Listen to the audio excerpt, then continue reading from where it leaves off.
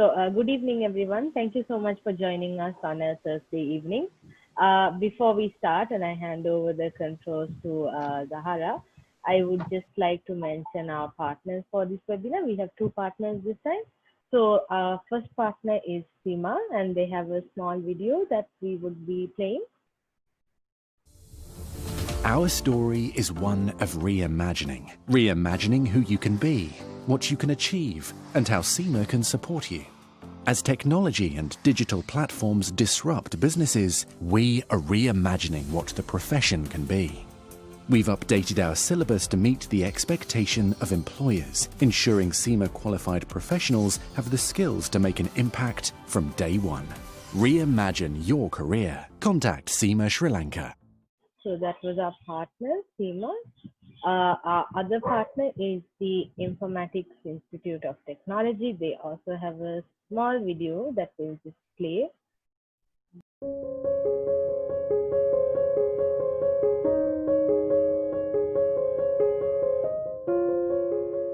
Informatics Institute of Technology is the unmatched pioneer in conducting world-renowned British higher education in Sri Lanka since 1990.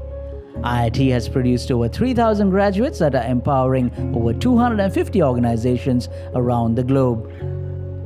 IIT offers a foundation program and internal British undergraduate degree programs such as software engineering, computer science with specialization pathways, business information system, and business management from University of Westminster, UK. At IIT, students are provided with an opportunity to gain work experience during the course of their degree. Many multinational and local blue-chip companies have come forward to provide internship opportunities for IIT students. Join IIT and become the next great innovator or business leader. IIT will build your path to success.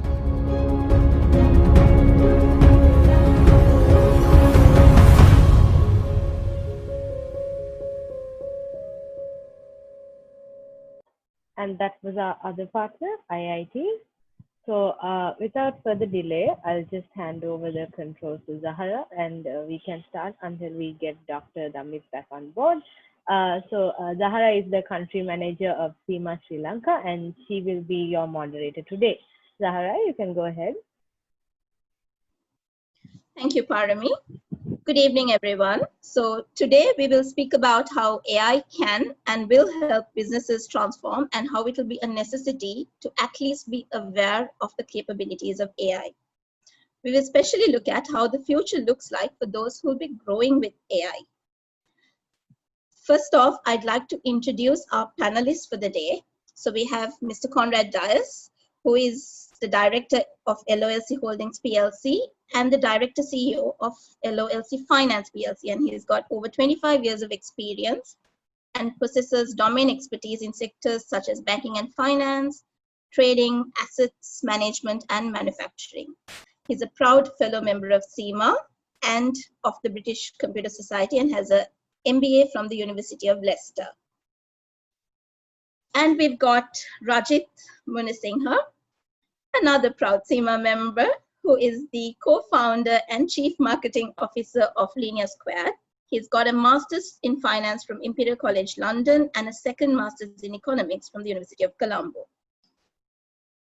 We have Jehan Singh, who is the co-founder and CEO of Igniter Space. He's an award-winning social entrepreneur, an innovation advocate, a product development specialist, and in his own words, a technology freak. And very soon, we will be joined by Dr. Damitha, who is the head of Department for Computing at IIT Sri Lanka. To start off with, I'd like to give a brief introduction on what we will be discussing today.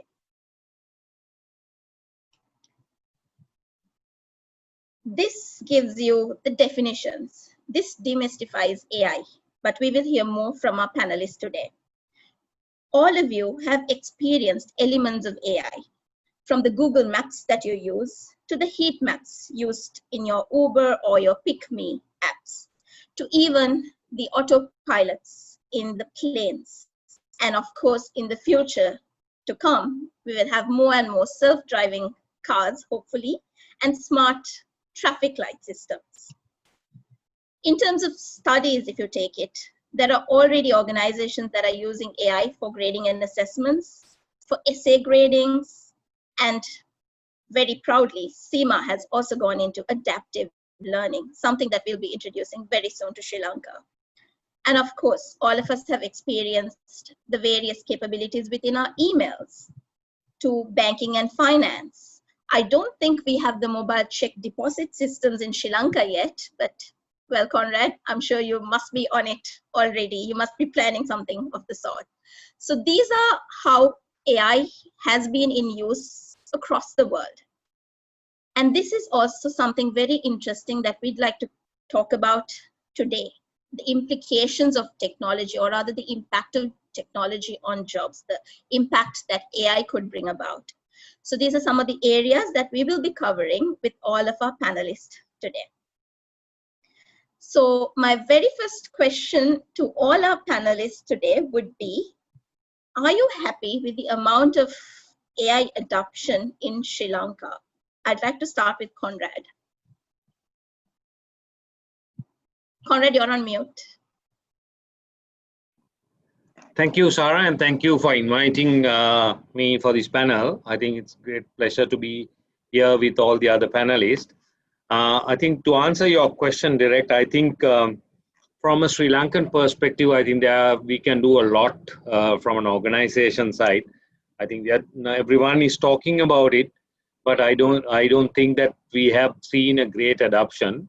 But I'm sure there are silent adopters as we speak. There are a lot of other companies, but the potential is there for a country like Sri Lanka, which is basically our knowledge is there in terms of the AI, our capabilities are there with the resources. I think I'm sure that companies can adopt much more than this. I would say that even myself, we are not happy enough or satisfied enough in terms of the adoption, but there are quite a few challenges in adopting, especially a country like ours, where we are still driven by a lot of manual things and the data is not available. The data centricity, I would call it data centricity in organizations are not there. We all talk about it. We are saying that the data is the new oil. We talk about it a lot, but I don't think that we have that discipline as well as the say the attitude towards data is really not there in the organization, or the culture towards data is not there. So I think there's a lot more that the organizations can do in terms of adopting AI. If I can ask a follow-up question from you on that before we move on to the rest of the panelists. So who would actually be the person to lead that towards looking at data as the oil in an organization, to look at data centricity in an organization? The finance guy, CEO? In my view, I think today I am sure the finance guy as well as the CEO and all the others have really a job to do at this given moment. So the focus, if an organization wants to drive it, in my personal opinion, I think we should create that data owner. We should create that position in the organization. If you look at most of the successful organizations globally have identified that role and started that role in the organizations. In fact, we are also in lines of thinking of the same lines. Basically having that data owner or the data custodian and the data owner in the organization. So it should not be, I mean, one could say it's an IT guy's job, or one could say, no, it's a finance guy's job who anyway handles the data. But from a project perspective, yes, the finance, the IT and the CEO should drive it.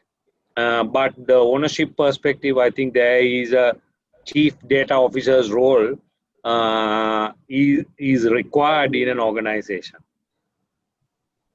Thanks, Conrad. Rajith, you want to add on to that in terms of AI adoption in Sri Lanka, especially because you come from an organization that is implementing AI projects? Yes. So in my view, there's there are two sort of categories of stakeholders involved. The first category would be the the end user or the operational user of the solution. The other is, of course, the CEO, the CIO, the C-suite. Now, when it comes to CEO, it's actually very, very straightforward. It's all about the return on investment. Whether the solution sort of generates enough impact on the top or bottom line to justify the investment made on the AI solution. So in most sense, like handling that set of stakeholders, it's actually very straightforward. It's a very clear proposition that the vendor or the solution provider has to make. Things get a little murky when trying to convince the operational users. So in our experience, most operational users, buy-in is also important in this whole journey. Because at the end of the day, it's the operational user who sort of endorse the product, who use it, and the sustainability and the longevity of the tool or solution sort of depends on the operational user. So operational users typically look at like whether the tool is user friendly, whether it sort of makes their lives easier, etc. And we've seen that in some companies, there's some resistance to change because some operational users feel threatened by some of the AI tools and solutions that are implemented. So it's actually a challenge, especially in a country like Sri Lanka, where thinking is sort of is still a bit archaic and like less progressive than probably the West. To manage these two stakeholders and to implement a solution. But the CEO and the CIO backing, the C-suite backing is an absolute must, I must say. Yeah. Thanks, Rajith. I'll move on to Jehan, since he deals with projects for the youngest segment of population. Yeah. So AI has been, of course, a very, very interesting topic with regard to in the scope that we work at Ignited Space. So Ignited Space is all about essentially getting kids to develop their creativity and their innovative thinking capabilities so that they cannot be replicated by an AI. Because as we know, AI it's a great thing that it is spreading all around and adoption is happening. Yeah, I agree with both Conrad and Rajith, not at the speed that it could grow, but it is. The reality is moving forward, looking at the jobs as created by the fourth industrial revolution. There will be a huge involvement of AI taking care of all the repetitive kind of jobs. Therefore, I am particularly passionate about getting young individuals to really develop their creativity and have that empathetic skills that an AI will be tough to kind of replicate. My viewpoint in terms of AI application in Sri Lanka, I see AI being used in a more management or management sort in education. For example, let me elaborate on that. If you look at education in Sri Lanka at the moment, we're talking about change to the way that we educate our kids, and AI can really be used to really design and develop ways to change the delivery of content according to different kids. And this is sometimes we don't look at it, in this kind of way. We look at how do we get kids to learn AI. Rather, I am more passionate into seeing how AI can be utilized to make the learning or the teaching experience that kids have in school more effective. Because as we know, changing education system is a tough thing. We've tried it for many decades. Particularly the thing that needs to change, the main thing is how we change, how we educate different type of kids with different wavelengths of understanding, different wavelengths, different ways of actually digesting content. Therefore, an AI sort of system, which is already being done outside Sri Lanka, can really help in solving this particular problem. Yeah, I do agree with these guys. It has not, seen an adoption yet, but we do see things moving into a positive direction, especially as we see educators now talking more and more about AI. So it is headed in a particularly good trajectory. Thanks, Jehan. So I'll move on to Dr. Damitha. So not just about the AI adoption, but I'd also like to know how IIT is tackling this area of study. Yeah. Are you all doing anything towards encouraging kids towards that? That's a very good question.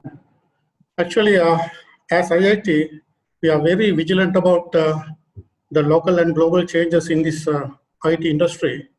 And we have foreseen that this technology, AI and data science, would change tremendously in our industry in the future. And also you may realize that this technology cannot survive with the capital investment, with human capital.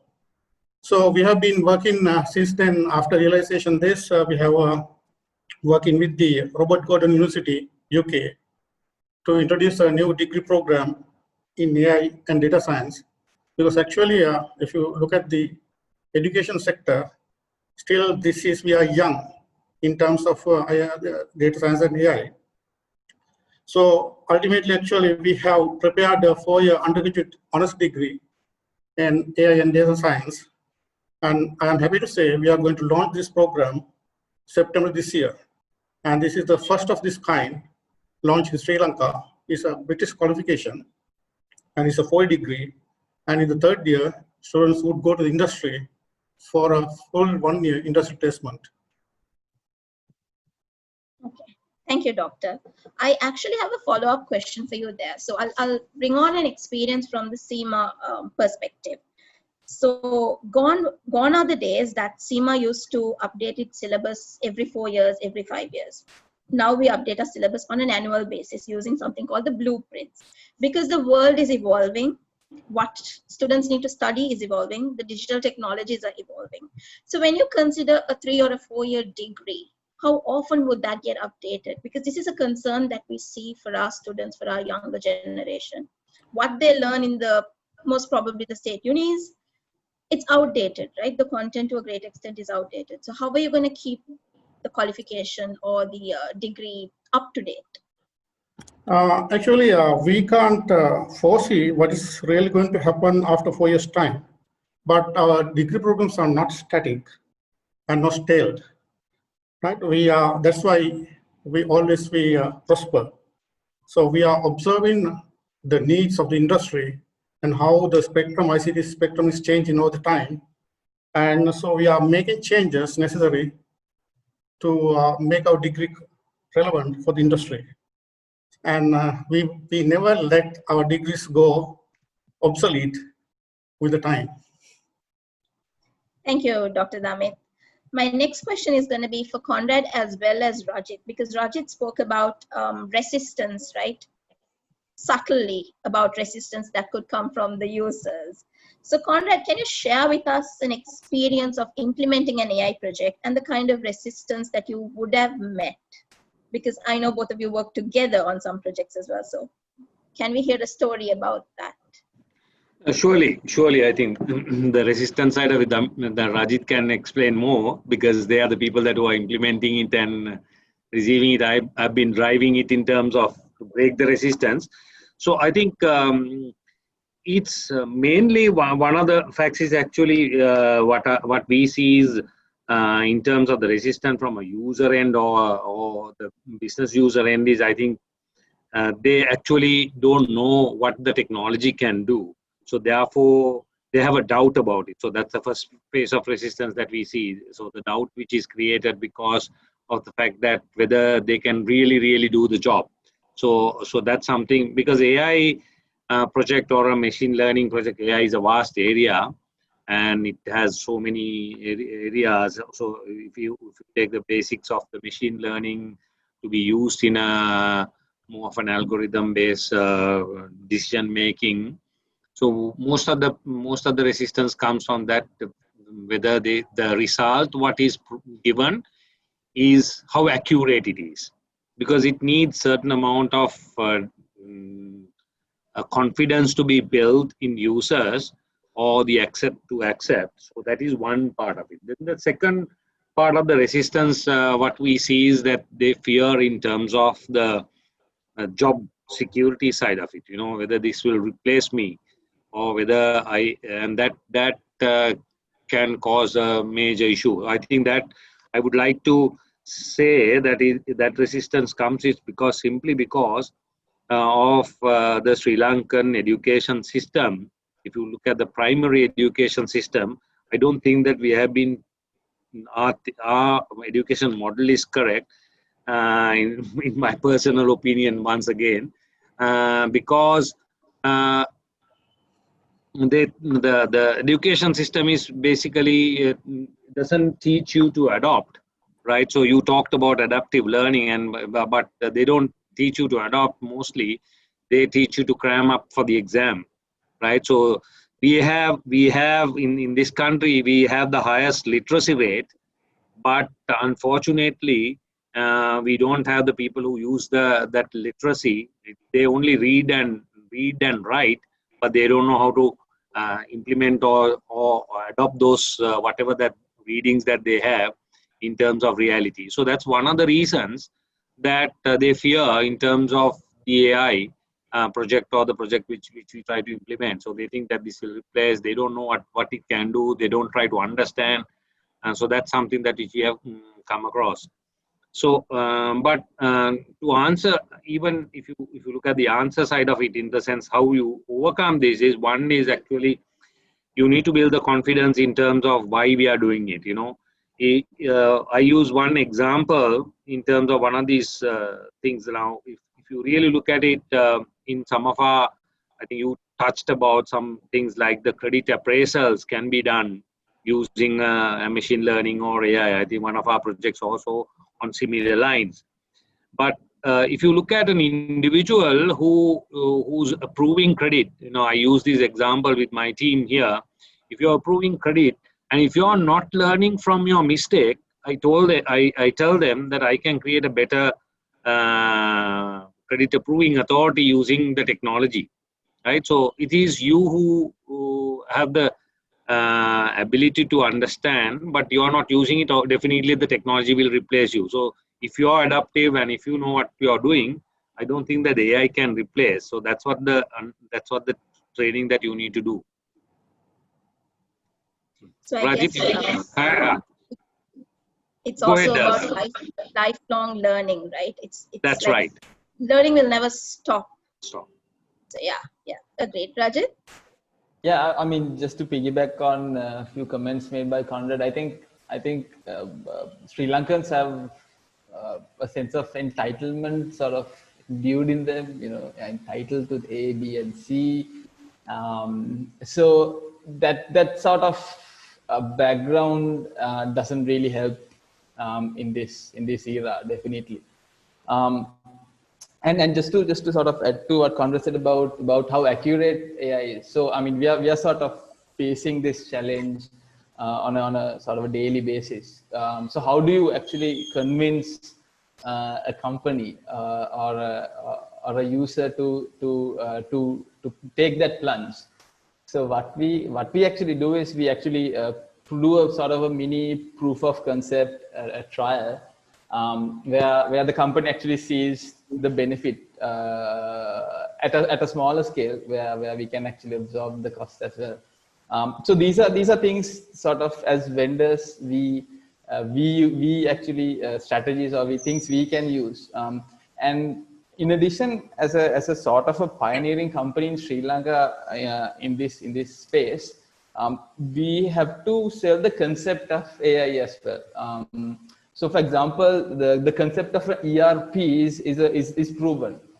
So you don't have to sell the concept of an ERP or the benefits of an ERP. There's CIOs, there's CTOs who have worked with ERP, who know what an ERP is. So that takes a lot of burden out of a vendor. All he has to do is sort of talk about features, etc. But when it comes to AI, data science, we have to sort of take the company or the hierarchy through a journey as well. How AI can help. You have to sell essentially the concept as well. So that ties in with the resistance to change piece. And I completely agree with Conrad on the education system as well. It's very, very entitling way of that sort of that doesn't really help. Yeah, unfortunately. If I am to take that point from you and Conrad about the education system and about, I think you mentioned this, what our products are from the education industry are not up to standard, or they are resistant. That resistance comes from there. Jehan, what can we do, or what can you as part of the technology community do, maybe to advocate to our new government perhaps to add on this level of education into our school curriculums? I mean, at Igniter Space, you are educating the younger minds, but what more can we do? Yeah, so that's a bit of a broad question. So I will just break it down into few points. So firstly, yes, I think Conrad mentioned a really good point. I was nodding my head because I really advocate on the fact that yeah, we do have very capable individuals in Sri Lanka.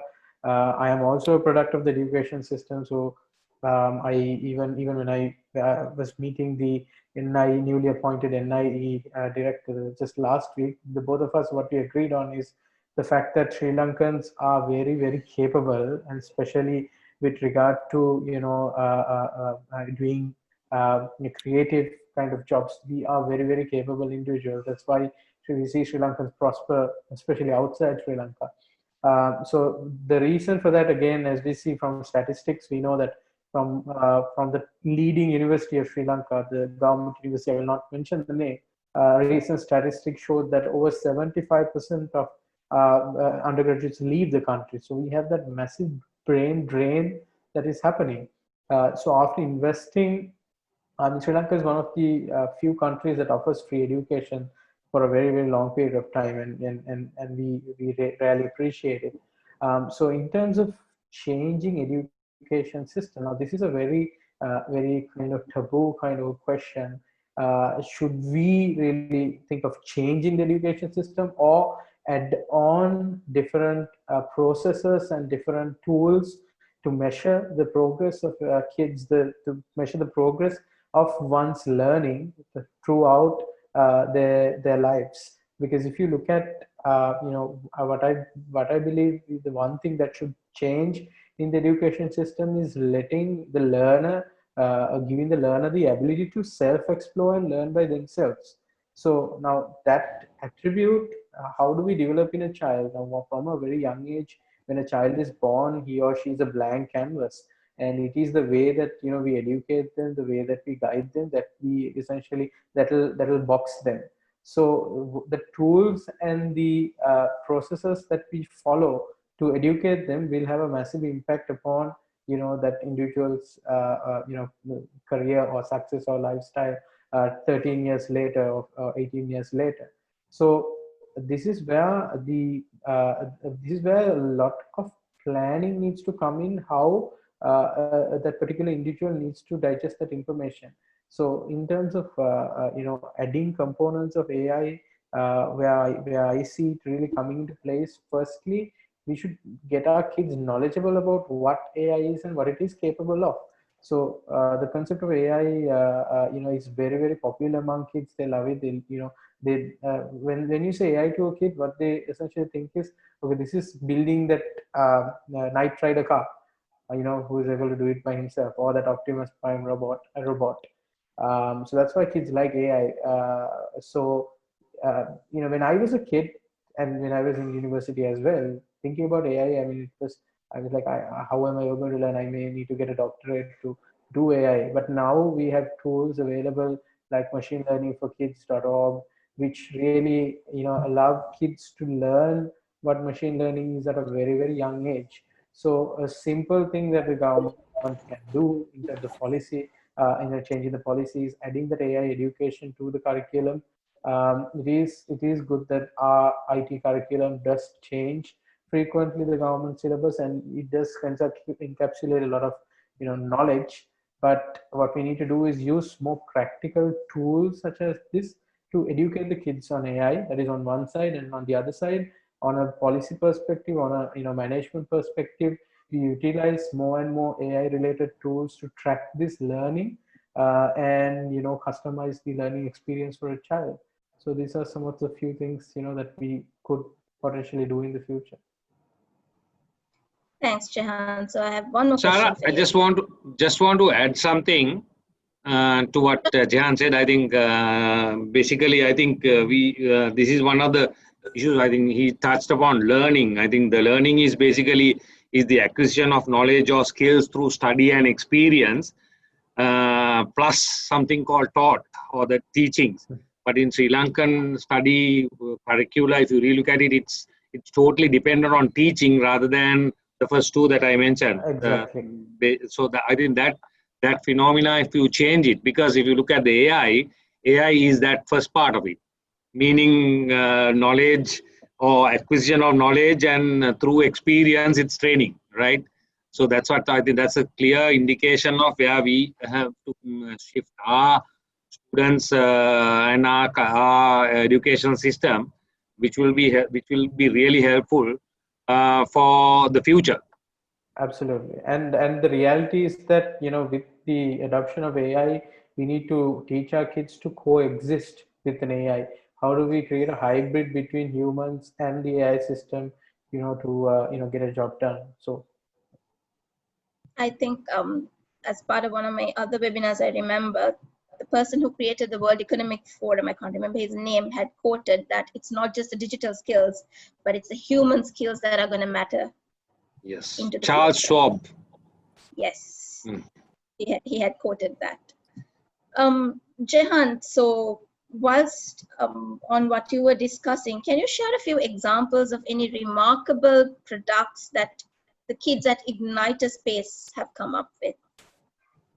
sure, Zara. So this really inspires me on day-to-day basis. So essentially, I created Igniter Space at a very young age. Therefore, I've been very inspired to get young kids to come up with their own products at a very young age as well. So I can't really tell one or two, because there's these thousands of innovations that our innovators come up with.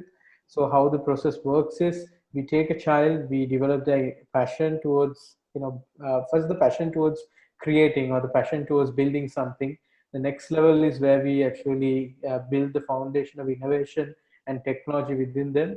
And the final level is where the entrepreneurship part comes in, where now they have to find out the commercial viability of that product and build on top of that. So in those lines, I'll maybe talk about one remarkable innovation. It's called Osumat, and this is basically created by a bunch of 14-year-olds. Their problem was that they live, the founder of this small kid, he lives in an apartment in Vallavatta, so he doesn't have space to grow herbs. So herbs or plants or whatever it is. Therefore, what he did was, first he tried to grow these herbs in soil, and what happened was a huge mess. So then he discovered this concept of hydroponics, where you can grow plants on water. And he started growing plants on hydroponics. And what he realized is, it needs a bit of science. You need to match the lighting, the soil, the water chemicals and all of that.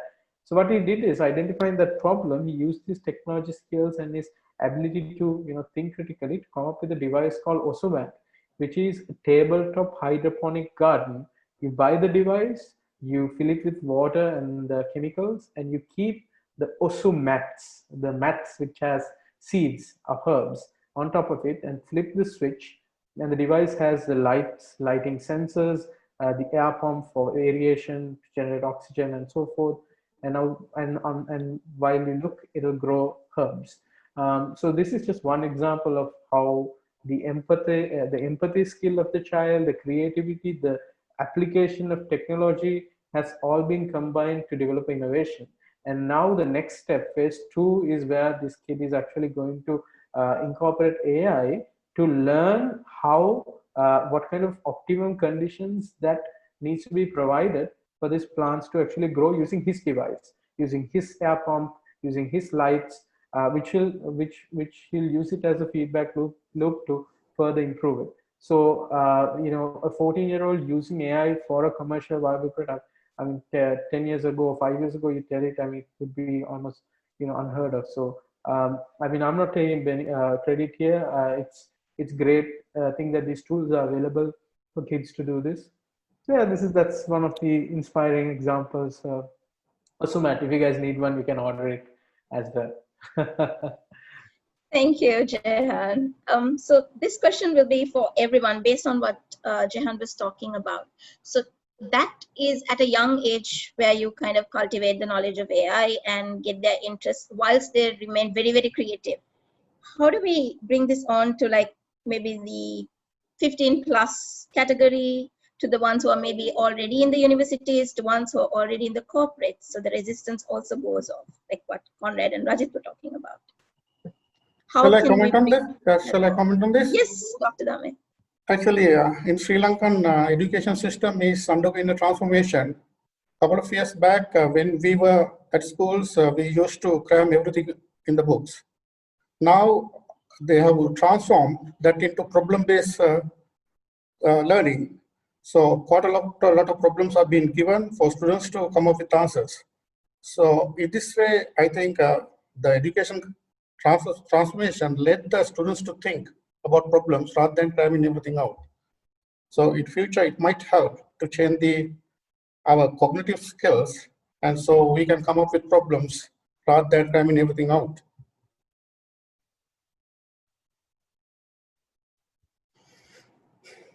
Rajith, Conrad, any ideas about getting the mature adults to try out stuff?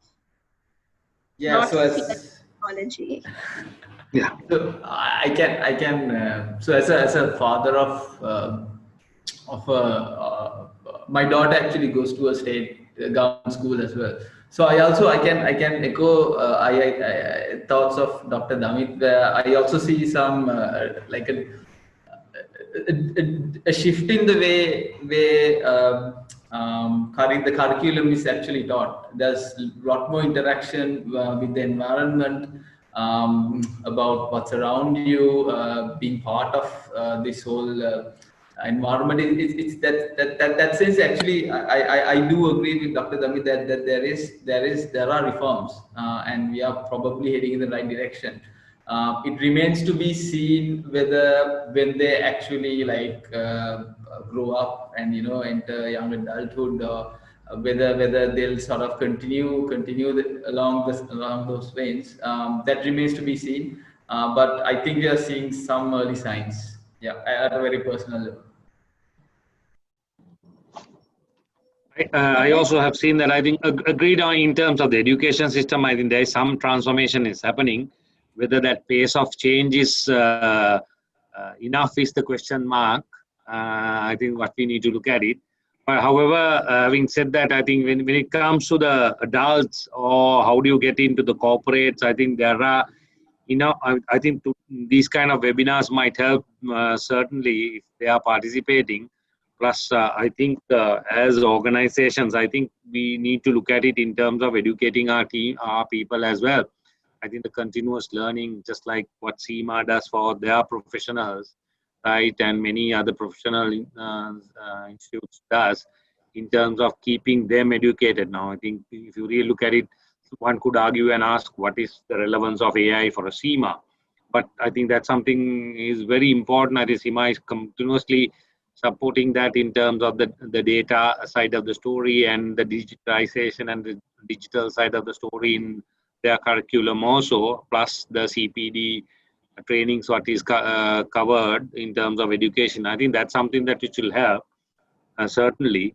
And I think when you think of AI, I don't think the organization should think that it's a big project. I think there are certain areas that you can adopt in terms of, I think, Zahara, you touched in terms of your brief presentation or the brief that you gave, how the emails are adopting AI. So there are so many things that which you do. In fact, if I have some AI assistance to me in terms of my work that I do, I'll be delighted, So I think there is a certain amount of, I think that's something that we need to tell in the corporate level.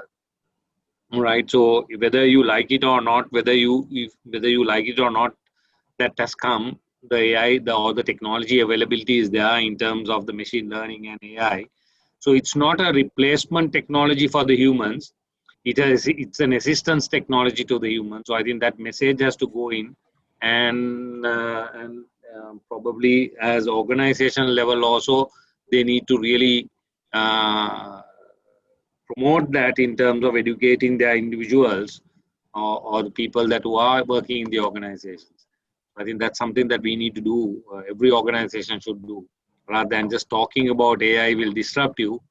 How can how AI or the AI related technologies can be adapted in an organization?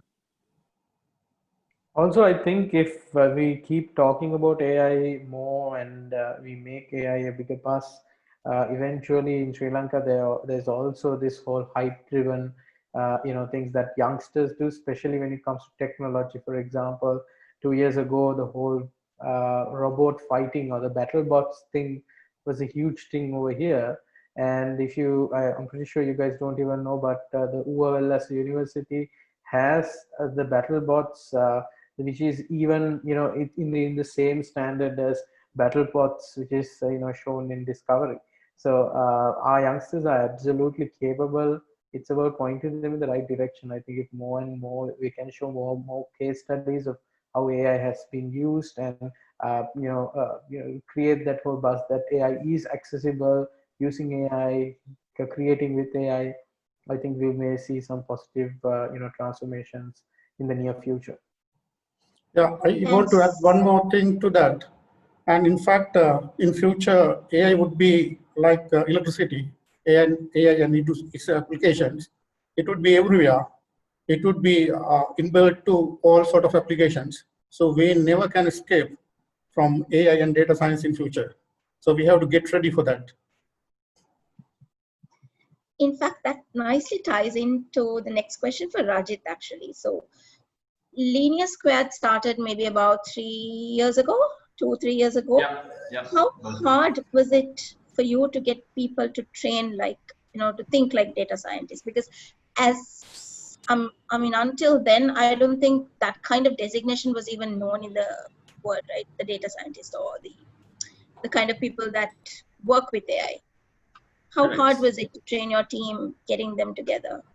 So, my background, my first degree is also in statistics. So I'm actually a product of the education system as well. So in that sense, I think when we started about 3 years, bit more than 3 years back, the quality and the knowledge and the sort of the theoretical knowledge of our students, especially in the fields of mathematics, engineering, statistics, and computer science, is actually exemplary. It's actually very, very high. However, what we actually had to sort of invest in is not the theory aspects and most of the students and the employees, most of our data scientists are actually recruited from state universities, and we are very, very happy with the quality of the theoretical background of the students. So what we actually did was there was a massive gap in applying that theoretical theory in a real life scenario, and how do we solve business problems using that theoretical base, using the theory. How do we really apply that? And in that sense, I think there was some gap.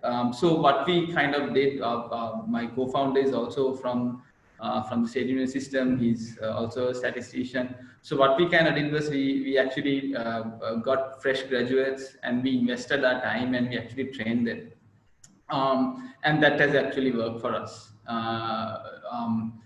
In addition, there's a lack in, so definitely back then, to a lesser extent now, there's a lack of postgraduate programs in these quantitative disciplines.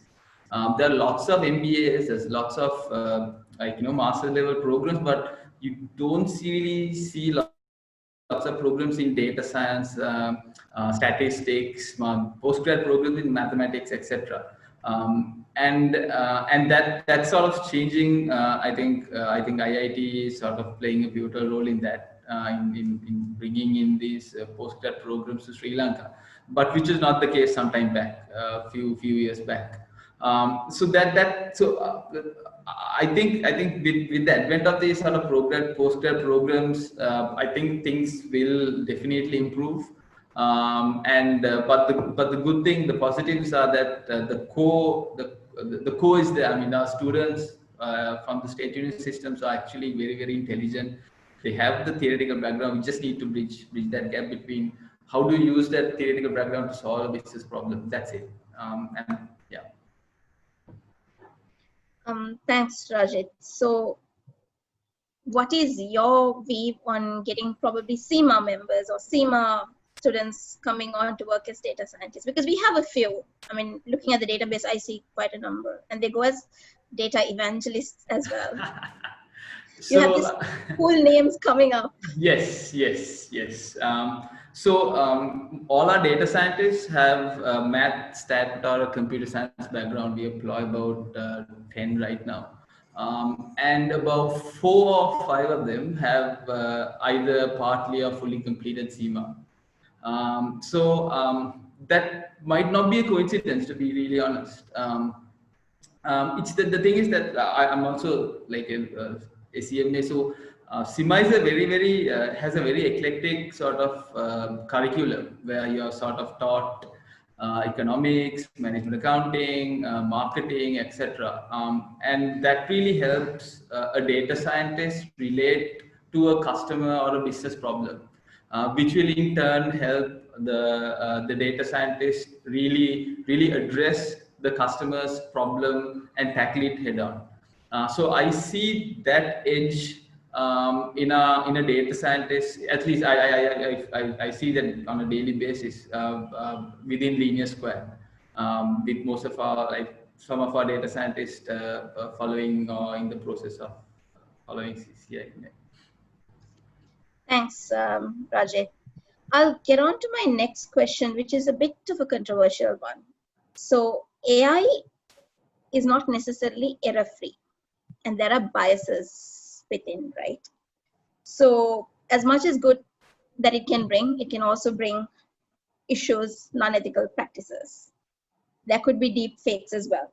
What is everyone here, like I want to hear from everybody, what is your experience with it and what is the way forward? I'll start with Conrad, perhaps.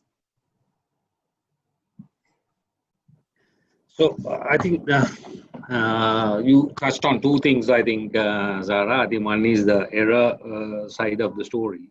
I don't think that the humans are also not error-free. So from a business perspective, so that we have to understand that, right?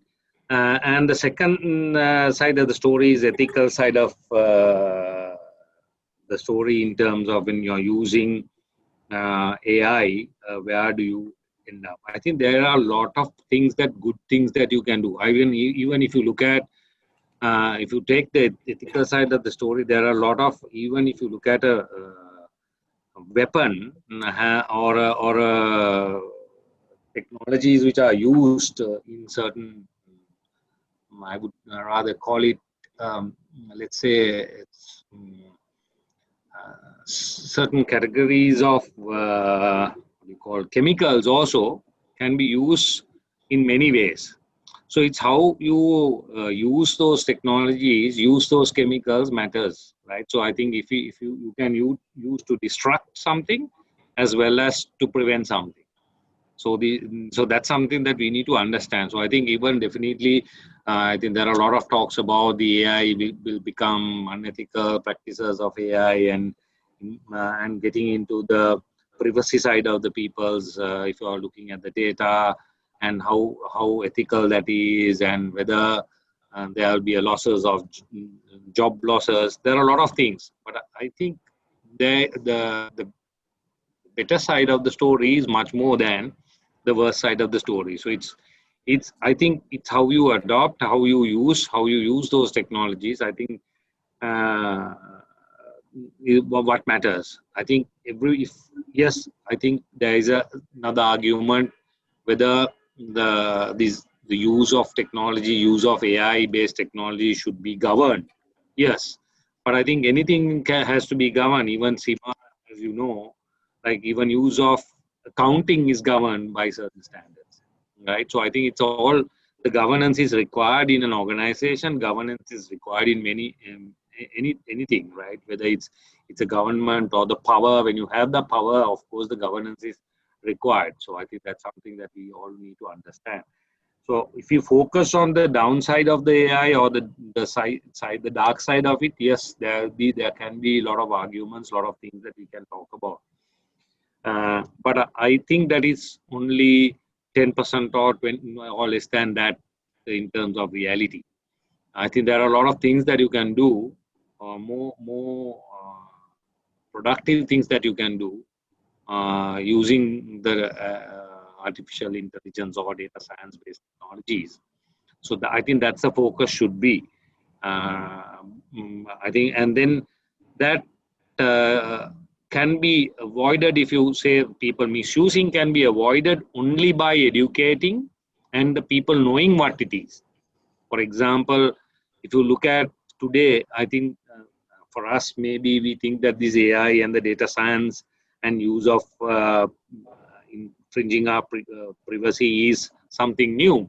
But if you look at the giants in these industries, I don't want to name some of the companies, but I think they are using the data to the maximum. I don't think that that is because that we have given our entire our private life information and everything to them without knowing. That is because people didn't know at that time that when you do search on the web or when you use these particular applications and when you post, they're using your data.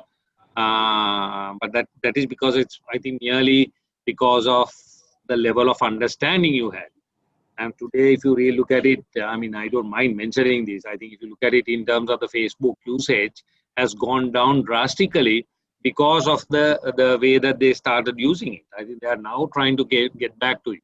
So I think there is every technology, everything has a downside of it as well. I think if we focus on it and if faster we educate the entire population, I don't think that it can be misused dramatically. So that's my view on this. Thanks, Conrad. Any other panelists want to take up that? Yeah, actually, it's a little tricky question to answer because the main objective of AI is to learn through errors and to be better.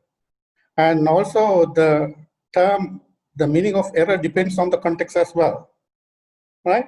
And for example, if you are given a tool, it's going to be better. It's basically based on how you use the tool. If you use the tool in a good way, it will be good for the society. If you use the tool in a nasty way, it will be very bad. So as Conrad said, you have to educate people on how this AI could be used in a beneficial ways.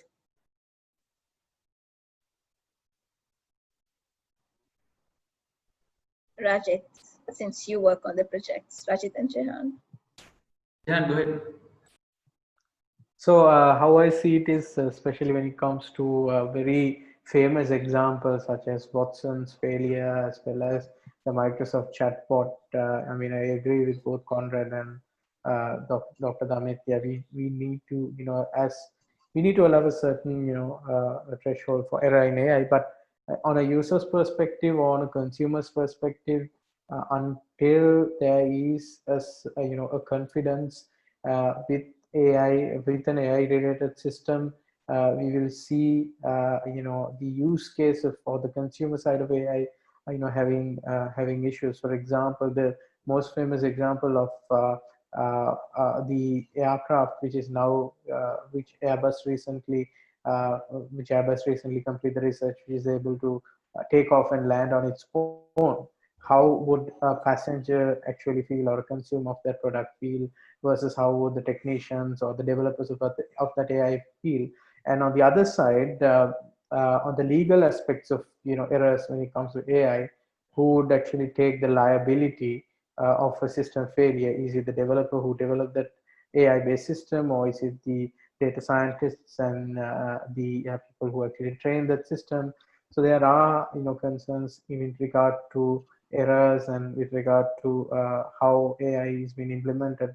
I of course see a model of both hybrid versus human, or hybrid versus human versus AI, kind of a hybrid working together in terms of establishing that confidence within the user to use an AI-based system going forward. Thanks, Jehan. So the next question is a little bit towards the corporate. So I believe it's Conrad and Rajith who can answer that.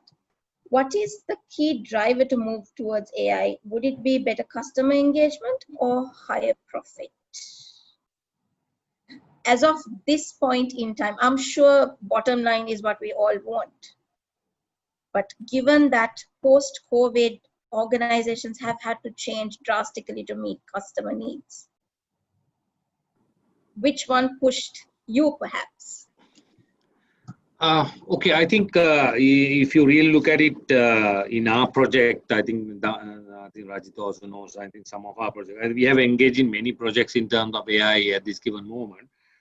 I think, of course, we have to look at the profitability, but however, in the early stages, I think we have to forget about profitability because it's a learning exercise itself. So I don't think, because it's mainly how we can serve the customers better, faster, and how we can get that customer experience is the most important question that for us, what we had.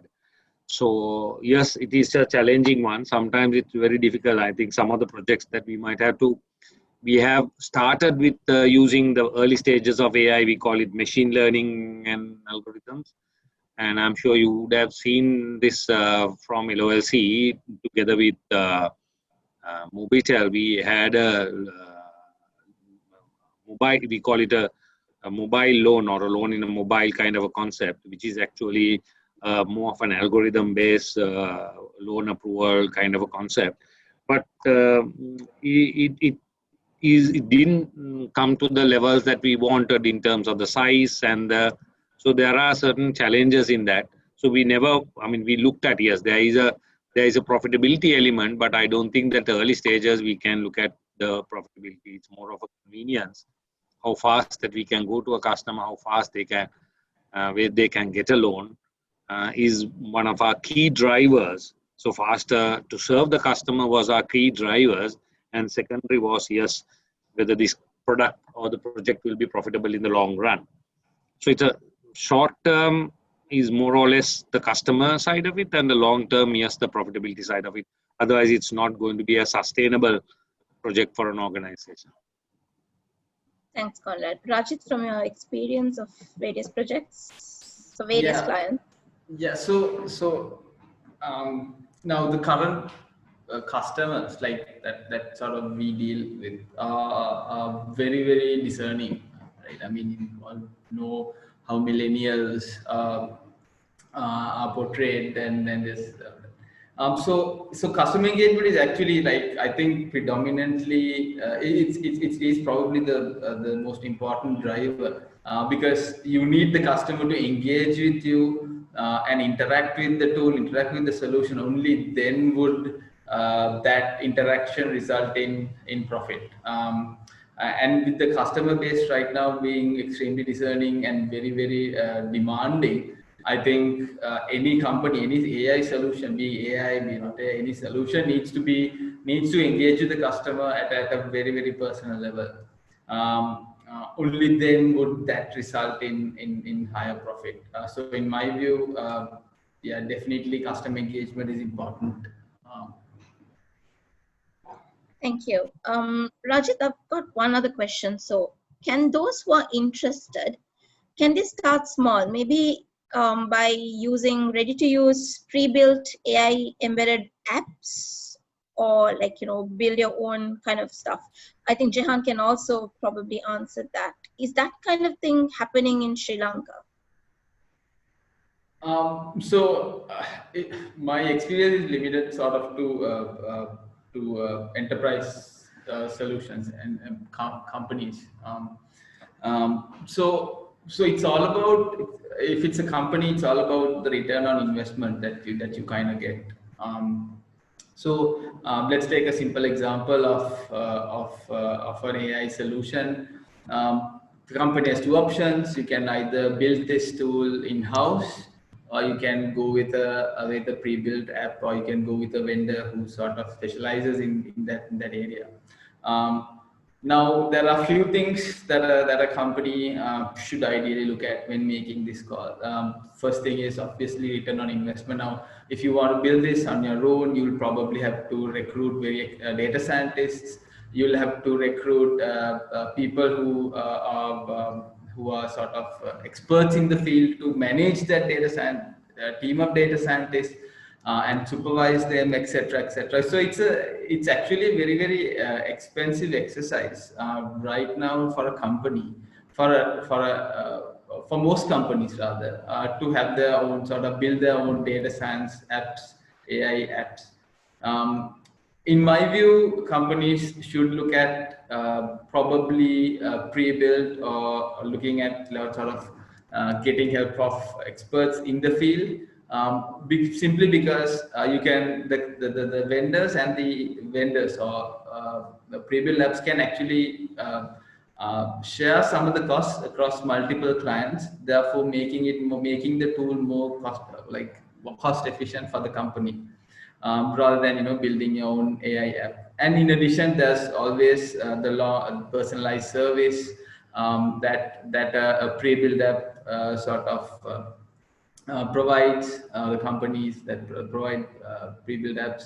And in addition, there's incentive for the vendor to also adopt and implement new technology, simply because they can sort of share that cost of or that investment across their entire portfolio. Sort of pre-built apps and vendors, they're always on the lookout. They're always sort of looking at improving the product, simply because they're competing, and customers will also get that benefit as well. So my personal view, if you're starting a AI project, if you want to engage with AI, it's always cost effective, both the short term, long term as well, to engage or with a vendor, or get a reduce people. Zahara, just to add something from my experience as well in that area with regards to, I think this has become AI, or the subject of AI, artificial intelligence, has become a much more trendier and a hot topic these days. I think everyone is talking about. I think there are various stages that an organization could go through in terms of AI adoption, or adoption of intelligence, I would call it, right? So forget about the artificial intelligence side of it, but I think how you adopt to an organization. I think there are basic levels that you could do in terms of increasing your organization's efficiency using the technologies which has certain intelligence built in, right? From very simple things which you could do. So as Rajith mentioned, I think yes, in terms of a very low-hanging areas of the AI, I think you could look at an app or a provider. But if you want to seriously engage in a project, I think that needs to be built with a set of people who are capable of doing it, who understand the business side of it as well. It's not only the technology side of it, because the technology is only one part of it. They need to really have an understanding of the business, how the business is driving, because otherwise, as you earlier asked, I think everything can go wrong, and you may not be in business if you don't get them involved. Otherwise, the tools might not be. If you don't know, if it is like a magic box, when you put something and it comes out, that is not going to be a solution which a business wants. So they need to really understand what it happens. So if you want to go through that journey, I think like Rajith's company, I think we need to engage with people like them and an organization like them, or build your own team that who can do that in an organization, which will be really not necessary today, but you can build your own team as well. I think that should be the journey for an organization. But simple things, yes, you might be able to try out with certain pre-built things which are available with most of the vendors. For example, I think if you want something like a fraud detection, things to be done in terms of your payment side of, if I talk from an accounting perspective, from a payment pattern analysis and a fraud detection algorithm to be done with the learning, I'm sure there are things which are now available with pre-built. But if you want more sophisticated things to be done, you might have to engage with some people who knows about that subject. Thanks, Conrad. That was helpful. So we do have a question from the audience, which talks about one of the questions that we spoke about earlier, about Cambridge Analytica, how they impacted two major events in the world, the US election and the Brexit, and about that being evidence of mismanagement of AI. Would anyone want to comment on that? So they did pop up adverts during the US election time, and even for Brexit, I think that's what happened. And one of the staffers did admit that they did work for the Brexit groups. It's okay. Okay, I'll take that question. Since no one has taken. So I think yes, I think there is always I think we agreed that there is always a chance of misusing. I think these were the early stages. But if you really look at it now, even the UNHCR has also come up with certain policy document, and even the White House Office of Science and Technology also has come up with a policy document in terms of how the data should be used, and there are a lot of things which are happening in the world in terms of the data usage and how it can be, especially certain policies are being built. Yes, early stages definitely. There were a lot of instances that it was used. I think that's a fact that we don't have to hide it. Yes, it's a fact, right? So the challenges are there. I think, and even in Sri Lanka, if you really look at it, I think we are yet to adopt certain policies in terms of the data side of it. I think even Europe was the first to do the GDPR Act, right? So which will help the organization on the usage of data. At least there will be, yes. But if you take the dark side of the dark side of the net and the darker side of the people, of course, they might misuse it. That I don't think that whether you have a policy or a procedure or whatever, or a governance rule, it cannot be prevented, because you always have that, and then that is a challenge. So I think like the hackers that we have, there will be another term probably for the ones who use AI for the bad purposes, I guess. Yeah, I can give you a very nasty answer to this thing. Actually, we never can have a world with only good people. Always there are good and bad people. So it depends on how something is used by good people as well as bad people. So if we can foresee the bad usage of this mechanics or whatever it is, mechanism or whatever it is, we can be prepared and we can have laws to prevent such things happening. Yeah, only assumption is that we will have 90% or 95% of the good people and 5% are the bad people. Yeah, that's yeah. So it's more beneficial than being bad. Great. Agreed. So when we compare the technologies like RPA and so on, which one is more important? It might be contextual. However, is it AI, RPA, or any other technology which would help an organization succeed? Why I'm asking this is so that students who are listening to this would know where they want to concentrate on. Anyone can answer. Anyone wants to go ahead, or do I? I have a little bit of experience. I mean, I think if you look at RPA also, I think I delivered a small session at CIMA as well on RPA. So I think these are two different purposes, but AI can complement RPA in my view, right? Because with the RPA embedded with AI we can give us different advantage over just simple RPA or robotics process automation. So RPA talks about mainly on a process automation or a repetitive task automation, which is done by a human to be done by the robot.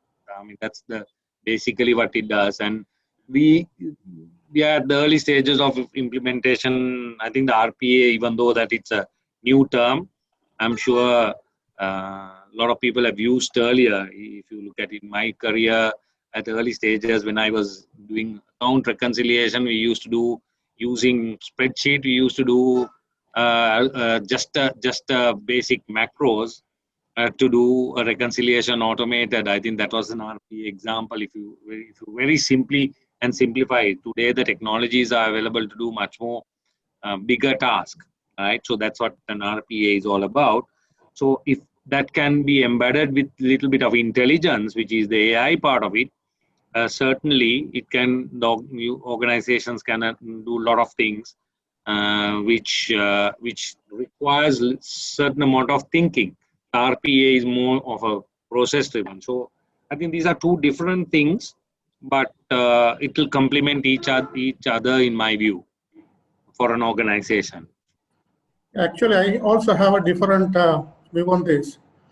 My view is whether RPA can succeed without having AI technology in future.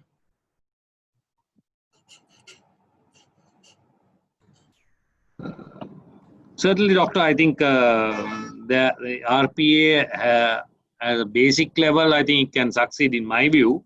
But certainly, if an RPA is embedded with the AI, can be much more advantageous for an organization, certainly.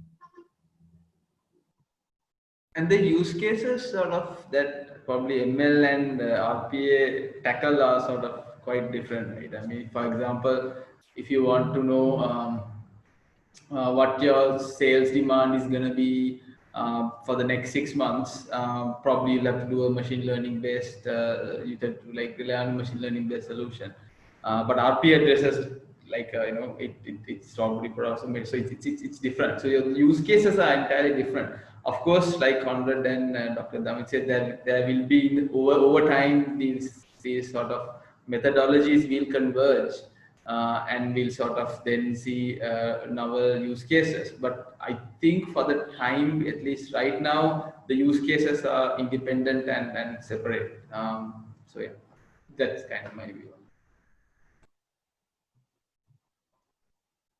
Thanks, Rajith. So being conscious of time, I'd like to ask all our panelists to probably sum up with a message to the younger generation, because Chocolat's main audience is our younger generation of kids. So what would be your message to the young kids in terms of learning AI and in terms of being prepared for the future? We'll probably start off with Conrad. Surely, okay. I think two things for the younger generation. I think never be afraid of technology or whether you call it AI or any other, right? And make sure that you be adaptable to the technology, and when you are learning, you learn how to adapt yourself and learn every day rather than just sticking into what you are learning for that particular moment of time to pass the exam. So I think that's the only message that I would like to give. Thanks, Conrad. And my message to the youngsters out there is you hear this word AI every day, so don't just listen to what AI is. Go out there and try it out. Use the easily and freely available tools out there to learn machine learning and AI. If an 8-year-old can do it, I guess anyone can learn AI. So go out there and use your curiosity that you had at a very young age. Light it up again, ignite it up again, and go ahead and learn and develop that learnability aspect of you rather than just your knowledge aspect. So yeah, best of luck for all of you guys who joined here today. Doctor? Yeah, actually, not like us, young generation always lives with technology. So it would be a very interesting area for them to experiment with and play with. And Rajith. Yeah, so whether we like it or not, I mean, the AI is here to stay. I mean, it'll be part of our lives going forward. It'll imbue. We'll have to coexist whether we like it or not. In a nutshell, so it's important that we also embrace AI, and in that whole process, learning and adapting is key. So there are lots of, like Jehan and Conrad said, there's lots of content out there. Be curious, try and learn, not for the sake of passing an exam, but to sort of really learning for the sake of learning, learn for the sake of learning. Yeah, so all the best to everyone, and thanks, Zahara, for inviting me. Thank you. A big thank you to all our panelists today and to Chocolate for hosting us. And I think the main theme, although it was AI, what really came up was about learning, that we need to continue learning, to keep our eyes open, like especially for the younger ones, to remain curious. So until we see you again, thank you and good night. Thank you. Thank you. Thank you. Thank you. All right, thanks. Bye bye, guys.